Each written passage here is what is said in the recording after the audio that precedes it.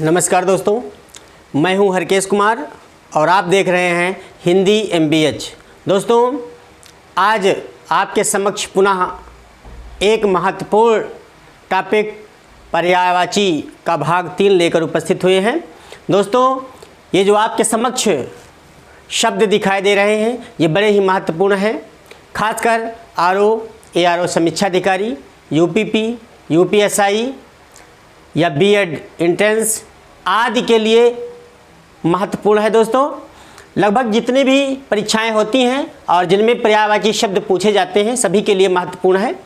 तो दोस्तों, ये जो शब्द रखे गए हैं ये RO में पूछे गए हैं या PCS में पूछे गए हैं या उनसे नीचे जितनी परीक्षाएं होती हैं उनमें ये शब्द जरूर पूछे गए हैं। दोस्तों, इसी वजह से इनके महत्व को देखते हुए मैंने इन शब्दों को चुना है जो आपके समक्ष उपस्थित किए हैं। तो दोस्तों, ज़्यादा समय व्यतीत न करते हुए सीधा चलते हैं अपने टॉपिक पर और देखते हैं कि क्रोध लिखा हुआ है। क्रोध का पर्यायवाची शब्द क्या होता है दोस्तों? क्रोध का होता है दर्प। क्या होता है दोस्तों? दर्प होता है और रोष होता है और होता है कोप। क्या होता है दोस्तों? दर्प, रोष और कोप। ये पर्यायवाची महत्वपूर्ण है दोस्तों, खासकर दर्प पूछा गया है कई मर्तबा। क्रोध का दर्प, रोष और कोप। तो दोस्तों, अगला शब्द है शिव। क्या है? शिव। तो शिव का महेश, रुद्र, शंभु, उमापति, आशुतोष जो तुरंत ही प्रसन्न हो जाए वही आशुतोष है। मदनारी, ध्यान दीजिएगा, मदनारी शब्द आया है। मदनार, मदन किसका पर्यायवाची होता है? मदन होता है कामदेव का। जब शब्दों को तोड़ना आपको आ जाएगा तो आप पर्यायवाची बहुत ही जल्द सीख जाएंगे। मदनारी, मदन धन अरि, ध्यान दीजिएगा, अगर हम कहें मदन प्लस अरि तो क्या हो जाएगा? मदनारी। मदनारी हो जाएगा। तो मदन मतलब कामदेव और आर्य मतलब दुश्मन। क्योंकि भगवान शिव ने कामदेव को भस्म कर दिया था, उसी दिन से कामदेव का एक नया नाम आया, अनंग। उसी दिन से, क्योंकि उनकी आत्मा तो थी लेकिन शरीर नहीं था, तो उसी दिन से मदनारी कहा गया। किसको? शिव को। भगवान शिव को मदनारी कहा गया।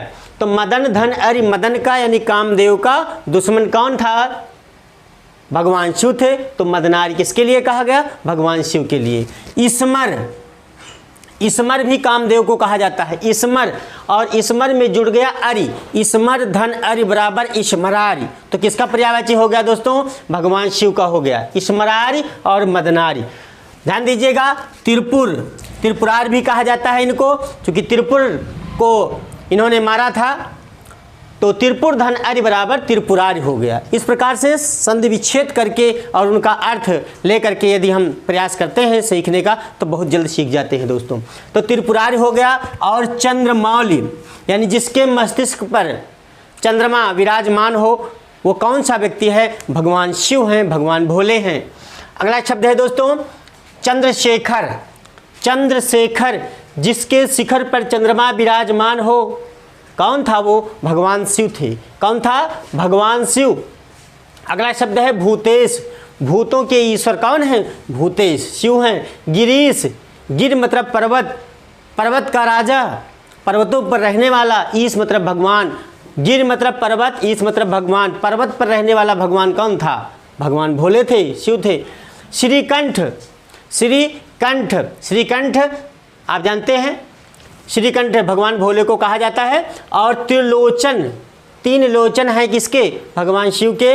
तो त्रिलोचन किसका पर्यायवाची है? भगवान शिव का। और हर हर महादेव तो आप जानते हैं, हर हर महादेव पर्यायवाची है भोले का, शिव का। और अगला शब्द है विष्णु। विष्णु आप जानते हैं, इनको हरि भी कहा जाता है ना, जिष्णु भी कहा जाता है। देखिए कौन कौन से हैं। जनार्दन विष्णु को कहा जाता है। और इनका एक नाम है विशंभर। क्या नाम है? विशंभर। क्योंकि पर्यायवाची का मतलब ही होता है एक वस्तु होगी या एक व्यक्ति होगा, उसके कई नाम होते हैं। तो जो अनेक नाम होते हैं, मतलब एक ही व्यक्ति या वस्तु के जो कई नाम होते हैं उनको ढूंढना पड़ता है। जैसे आपका नाम घर में रामू है, स्कूल में श्यामू है, आपके नाना के यहाँ भानु कहा जाता है। तो इस प्रकार आपके ही कई नाम है, उसी प्रकार से पर्यायवाची में होता है। तो भगवान विष्णु को जनार्दन कहा जाता है, विश्वम्भर कहा जाता है, नारायण, नारायण तो आप जानते हैं नारद भगवान करते थे नारायण नारायण, तो किसका नाम लेते थे? भगवान विष्णु का। अच्युत जो कभी खत्म ना हो, अच्युत जो कभी अलग ना हो, भगवान विष्णु को कहा जाता है। चक्रपाणि, चक्र जिसके पाणी मतलब हाथ में हो वही है कौन? विष्णु, चक्रपाणि। और है मुकुंद, कौन है? मुकुंद, मुकुंद विष्णु को कहा जाता है। और नाम है गरुड़ ध्वज, जिनका ध्वज गरुड़ हो, यानी कि गरुड़ पर सवारी करते थे, गरुड़ ध्वज किसका पर्यायवाची है? विष्णु का।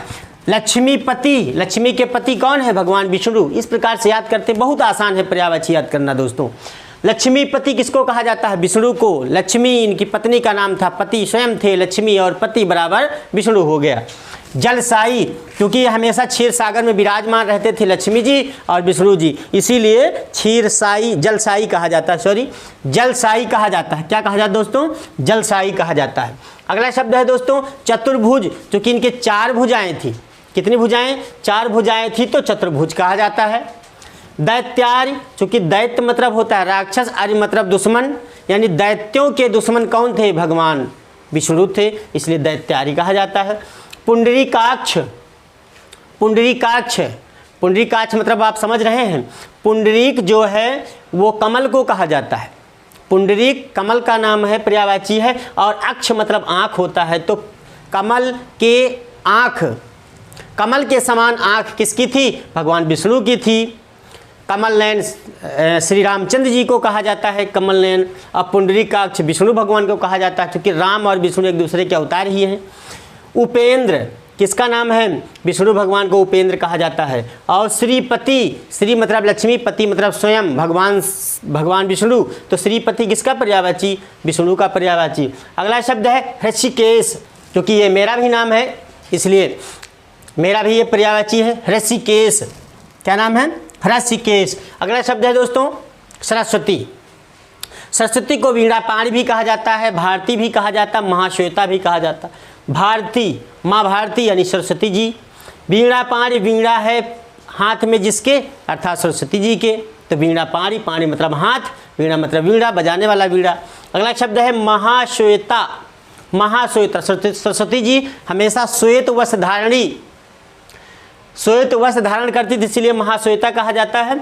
और इला भी सरस्वती का पर्यायवाची शब्द है। इला, क्या नाम है दोस्तों? इला। इला, इला किसका पर्यायवाची? सरस्वती जी का। वागीश, वाक धन ईश, वाक मतलब आवाज, जो आवाज निकलती है, ईश मतलब देवी या देवता, तो आवाज के देवता, इसीलिए कोई भी कार्य करते हैं अगर विद्या से संबंधित, सीखने से संबंधित, तो इसीलिए हमेशा सरस्वती जी का हम पूजन स्मरण करते हैं।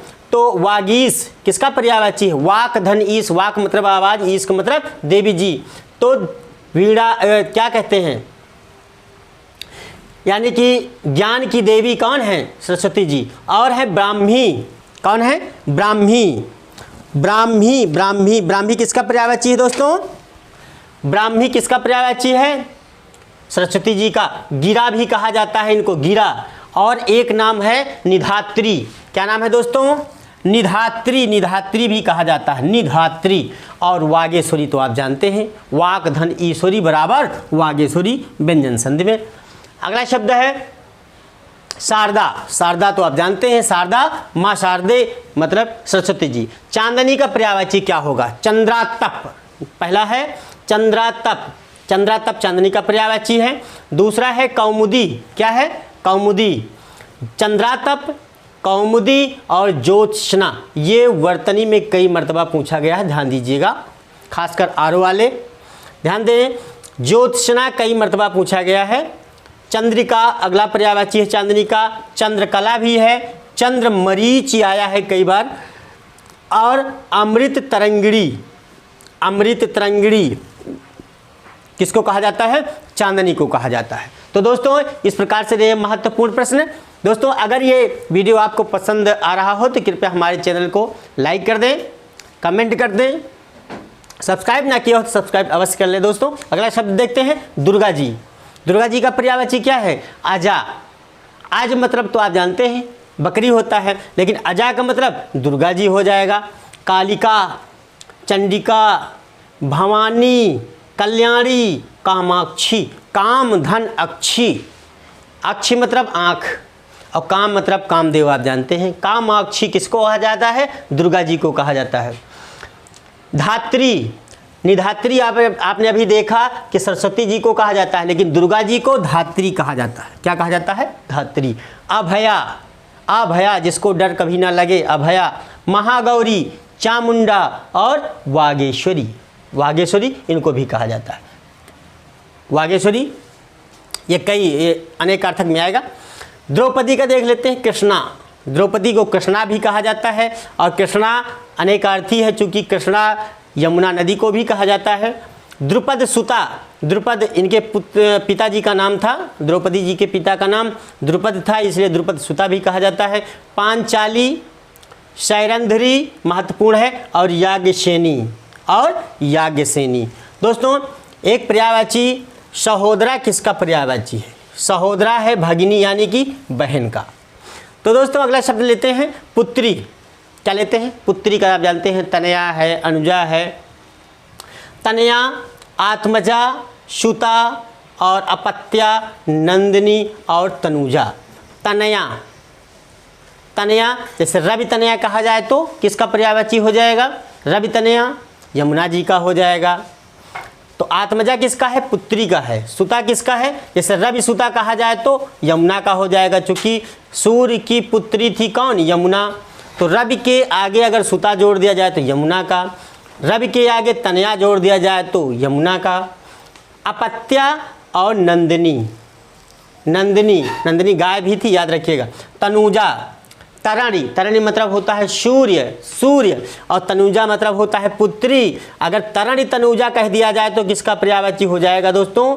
तरणी तनुजा, तरणी तनुजा। तनुजा मतलब पुत्री, तरण मतलब सूर्य, सूर्य की पुत्री कौन? यमुना। कौन? यमुना हो जाएगा। तो इस प्रकार से दोस्तों परशुराम का अगला पर्यायवाची देखते हैं। परशुराम, परशुराम आप जानते हैं जो फरसा धारण करते, जो परशु धारण करते थे। तो भृगुनंदन, भृगु के पुत्र थे भृगुनंदन, इसीलिए कहा जाता है भृगुसुत। भृगु के पुत्र थे इसीलिए भृगुसुत कहा जाता है, और इनको भार्गव और परशुधर कहा जाता है। भार्गव परशुराम जी का पर्यायवाची है। एक नाम है परशुधर, चूँकि परशु धारण करने वालों को परशुधर कहा जाता है। अगला शब्द है दोस्तों ब्राह्मण। ब्राह्मण को द्विज भी कहा जाता है, चूँकि ये 2 बार इनका जन्म होता है, 2 बार इनका जन्म होता है इसलिए द्विज कहा जाता है। एक बार तो माँ के उदर से होता है, एक बार और इनका संस्कार होता है, उसमें उसकी वजह से इनको 2 बार जन्म लेना पड़ता है। ब्राह्मण द्विज हुआ, और एक हुआ विप्र। द्विज का मतलब दांत भी होता है, और द्विज का मतलब ब्राह्मण भी होता है। और एक नाम है भूसुर, ब्राह्मण का। भूसुर, भू माने पृथ्वी, सुर माने देवता, यानी इस धरती का, इस पृथ्वी का देवता कौन है? ब्राह्मण। भूदेव, पृथ्वी का देव, इन्हें ब्राह्मण को देव की उपाधि दी जाती है। तो दोस्तों आपने देखा द्विज, विप्र, भूसुर और भूदेव ब्राह्मण के पर्यायवाची शब्द हैं। अगला शब्द है दोस्तों रामचंद्र। रामचंद्र को मैंने बताया कि कमल नयन भी कहा जाता है और रघुवर कहा जाता है। रघु के कुल में थे और श्रेष्ठ थे, तो रघुवर, रघुराज और अवधेश, याद रखिएगा अवधेश, अवधेश भी कहा जाता है। जानकी बल्लभ, बल्लभ का मतलब होता है पति, तो जानकी के पति यानी सीता जी के पति कौन थे? राम जी। कौन थे? राम थे। अगला है रावणारी। रावण इनका, राम का कौन था? दोस्त था कि दुश्मन? रावण राम का दुश्मन था, इसीलिए रावण में अरि जोड़ा गया। रावण धन अरि बराबर रावणारी। अगर रावण में अरि जोड़ दिया जाए, अरि, अरि मतलब दुश्मन, तो रावण का दुश्मन कौन था?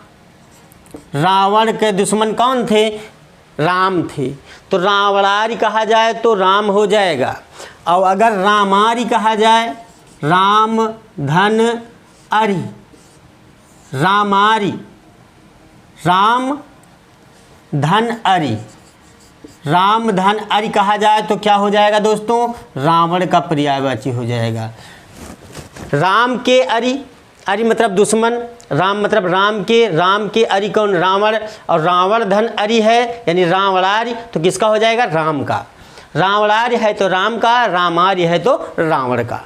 तो इस प्रकार से पर्यायवाची हम संधि विच्छेद करके अलग करके शब्दों को समझ लेते हैं। तो रावणार्य किसका है दोस्तों?